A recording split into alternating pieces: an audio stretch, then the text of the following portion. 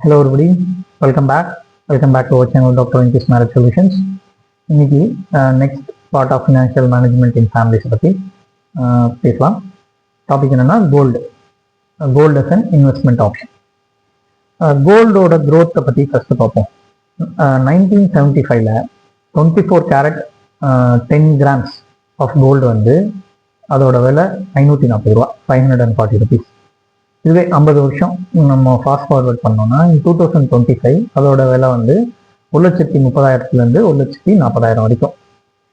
So இந்த growth வந்து nominal CAGR அந்த டேர்ம்ஸில் பார்த்தோம்னா 12 to 12.5%. இந்த நாமினல் சிஏஜிஆர் வந்து இன்ஃப்ளேஷன், டேக்ஸ், ஹிடன் சார்ஜஸ் இதெல்லாம் கருத்தில் கொள்ளாது. ஸோ இதெல்லாம் வந்து இன்ஃப்ளேஷன் அட்ஜஸ்டட் நம்ம பண்ணோம்னா ஆக்சுவல் க்ரோத் ரேட் பார்த்தோம்னா 4 to 5%.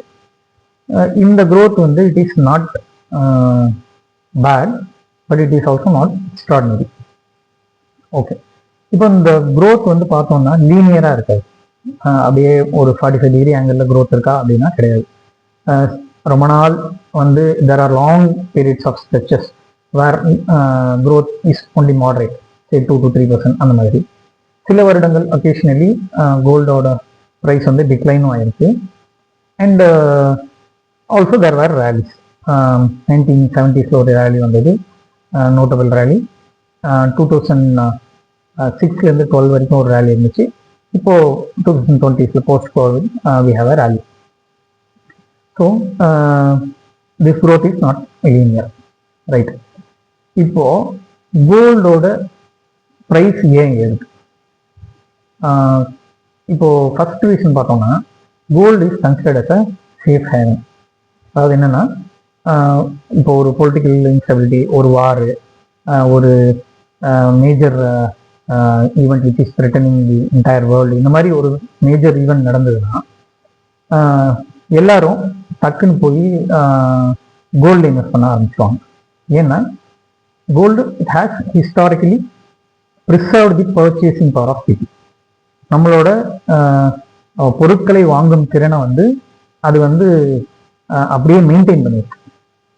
So it is a safe heaven அப்படின்னு சொல்கிறாங்க. ஒன்று. ரெண்டாவது வந்து பார்த்தோம்னா இன்ட்ரெஸ்ட் ரேட் வந்து பாண்ட் ஈல்டு, கடன் பத்திரங்கள். என்னது கடன் பத்திரங்கள்லாம்? என்னது? கவர்மெண்ட்டு, ப்ரைவேட் கம்பெனிஸ், பெரிய பெரிய கார்பரேட் கம்பெனிஸ், இவங்கெல்லாம் வந்து நம்மக்கிட்ட இருந்து கடன் வாங்குவாங்க, நமக்கு ஒரு பாண்டு கொடுப்பாங்க. அந்த பாண்டுக்கு இவ்வளோ, அந்த கடனுக்கு இவ்வளோ பர்சன்டேஜ் ஆஃப் இன்ட்ரெஸ்ட் நாங்கள் தருவோம் அப்படின்னு சொல்லிட்டு நமக்கு கவர்மெண்ட்டோ அந்த தனியார் கம்பெனியோ நமக்கு கொடுப்பாங்க. ஸோ இந்த இன்ட்ரெஸ்ட் வந்து எப்பெல்லாம் கம்மியாகுதோ அப்போ கோல்டோட ப்ரைஸ் அதிகமாகும். எதனால் அப்படின்னா, இப்போ மேஜர் இன்வெஸ்ட்மெண்ட் ஃபார்ம்ஸ் லைக் இவங்களுடைய ஃபார் எக்ஸாம்பிள் வாரன் பஃபட் வருது, அவங்களோட இன்வெஸ்ட்மெண்ட் கம்பெனி, நிறைய கம்பெனிஸ் இருக்கு. இன்வெஸ்ட்மெண்ட் பிளாக் ராக் அது இதுன்னு நிறைய இருக்கு. இந்த இன்வெஸ்ட்மெண்ட் கம்பெனிஸ்லாம் தௌசண்ட்ஸ் ஆஃப் க்ரோர்ஸ்ல ஸ்டாக் மார்க்கெட்ல, கோல்டில், பாண்ட்ஸ்ல இந்த மாதிரி இன்வெஸ்ட் பண்ணுவாங்க. எப்போ இதில் இன்வெஸ்ட் பண்ணணும்னு பார்த்து அவங்க ரிசர்ச் அனலிஸ்ட் எல்லாம் இருப்பாங்க. அவங்க ரிசர்ச் பண்ணி கோல்டில் இது சரியான டைம் அப்படின்னா ஸ்டாக்ஸை வச்சு கோல்டில் போடுவாங்க. இல்லை ஸ்டாக்ஸ் சரியான டைம் அப்படின்னா வேற பாண்ட்ஸ் வச்சுட்டு வந்து ஸ்டாக்ஸ் போடுவாங்க. இந்த மாதிரி they will allocate the asset, the capital, depending upon the economic scenario at that particular point in time. So இப்போ இந்த பாண்டோட ஈல்டு கம்மியாச்சுன்னா அப்போ என்ன ஆகும்னா, அவங்க பாண்டில் இன்வெஸ்ட் பண்ணி வச்சிருக்கிற அமௌண்ட் வந்து அவங்களுக்கு கம்மியான வருவாய் தரும்.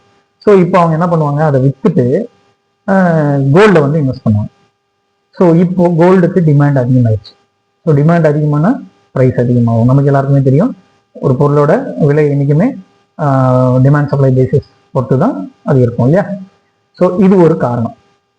இன்னொரு ரீசன் பார்த்தீங்கன்னா, சென்ட்ரல் பேங்க்ஸ் வந்து யூஎஸ் டாலர் மேலே இருக்கிற ரிலையன்ஸை குறைக்கணும், அது மேலே இருக்கிற சார்பு தன்மை, அதை சார்ந்து இருக்கும் தன்மையை, டாலரை சார்ந்து இருக்கும் தன்மையை குறைக்கணும் அப்படின்றதுக்காக அவங்க they can go and invest in gold. That is another reason.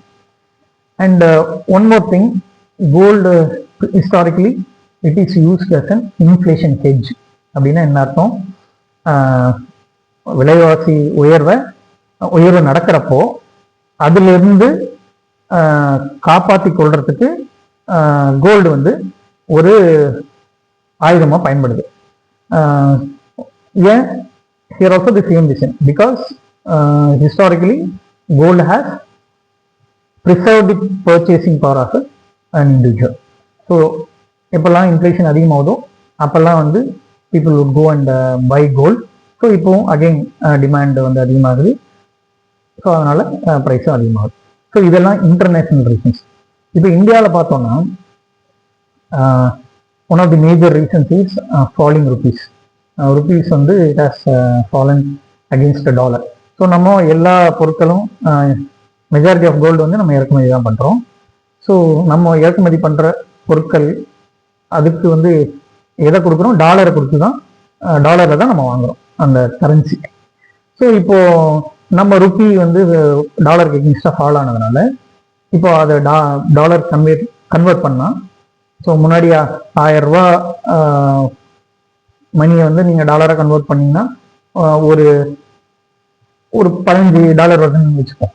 இப்போது டாலருக்கு எகெயின்ஸ்டாக ருப்பி விழுந்துருச்சு. ஸோ அதே 1000 ரூபாய் வந்து இப்போது ஒரு 12 ரூபாயோ 10 ரூபாயோ ஒர்த்தாக தான் இருக்கும்.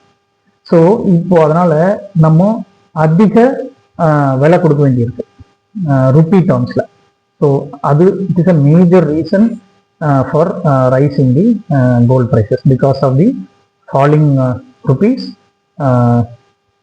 the gold price has increased. And another thing, there are so many taxes like GST, import duty. இதெல்லாம் எப்பெல்லாம் வந்து கவர்மெண்ட் அதிகப்படுத்தாங்களோ அந்த டைமில் அகெயின் கோல்டோட விலை அதிகமாகும். அண்ட் நம்ம ஊரில் சீசனல் டிமாண்ட், இப்போது ஃபெஸ்டிவல் டைமு, மேரேஜ் டைமு, இந்த மாதிரி டைம்லலாம் பார்த்தீங்கன்னா நமக்கு டிமாண்ட் அதிகமாக இருக்கும். ஸோ அகெயின் ப்ரைஸஸ்லாம் அந்த டைமில் அதிகமாக இருக்கும். ஸோ இதெல்லாம் reasons, international reasons, local reasons. இப்போ கோல்டு வாங்குறதுக்கு சரியான டைம் இது. இன்வெஸ்டர்ஸ் என்ன சொல்கிறாங்கன்னா, பெஸ்ட் டைம் வந்து June, July, August, September, and then second part of January. இந்த மந்த்ஸ் தான் பெஸ்ட் டைம் டு பை கோல்டுன்னு சொல்கிறாங்க. ஏன்னா இந்த டைமில் தான் வந்து டிமாண்ட் கம்மியாக இருக்கும். இது ஃபெஸ்டிவல் டைம் கிடையாது, மேரேஜஸ்லாம் கம்மியாக இருக்கும். ஸோ அதனால் கோல்டோட விலை வந்து ஸ்டேபிளாக இருக்கும். Fluctuation in the price is minimal. So this is comparatively better window to buy gold. எப்போல்லாம் வாங்கக்கூடாது அப்படின்றாங்கன்னா, அதிகமாக ப்ரைஸ் அதிகமாக இருக்கும், நம்ம அதிக விலை கொடுத்து வாங்க வேண்டியிருக்கும். அப்படின்னா அக்ஷய திருதி அப்போ நீங்கள் அதிக விலை கொடுத்து தான் வாங்க வேண்டியிருக்கும்.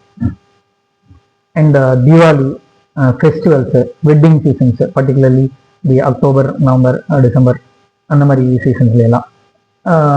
ஸோ இந்த மாதிரி சீசன்ஸ்லாம் you better avoid purchasing gold for investment purpose அப்படின்னு வந்து சொல்கிறாங்க. டேஸ்ன்னு பார்த்துக்கிட்டோன்னா டியூஸ்டே அண்ட் தேர்ஸ்டே, இந்த 2 நாட்கள் தான் ஹிஸ்டாரிக்கலி ப்ரைஸ் ஃப்ளக்சுவேஷன் ரொம்ப கம்மியாக இருக்கும். So they are good days to purchase gold அப்படின்னு சொல்லிட்டு ஸ்டாட்டிஸ்டிக்ஸ் சொல்லுது. அண்ட் அகெயின் நீங்கள் if you go and want to purchase gold in jewellery shop, it is better after 12 o'clockனு சொல்கிறாங்க. ஏன்னா கோல்டு ப்ரைஸஸ் வந்து செட்டில் ஆகிடும். By then we get the definitive price for gold on that particular day. இல்லைன்னா நீங்கள் speculative ப்ரைஸில் வாங்க வேண்டிய நேரிடும் அப்படின்னும் சொல்கிறாங்க. ஸோ இதெல்லாம் தான் வந்து you know details you have to know while we are purchasing gold as an investment option, right? So I hope this video is informative for you. Next week we'll come up with stock market or real estate, and then following weeks in 2-3 videos we'll compare what is the best investment option அப்படின்னு சொல்லிட்டு, and asset allocation பற்றியும் diversification பற்றியும் I'll post a video, and then with that we'll finish this finance part and then move to other problems, marriage problems, one by one. Okay, I hope this video is useful.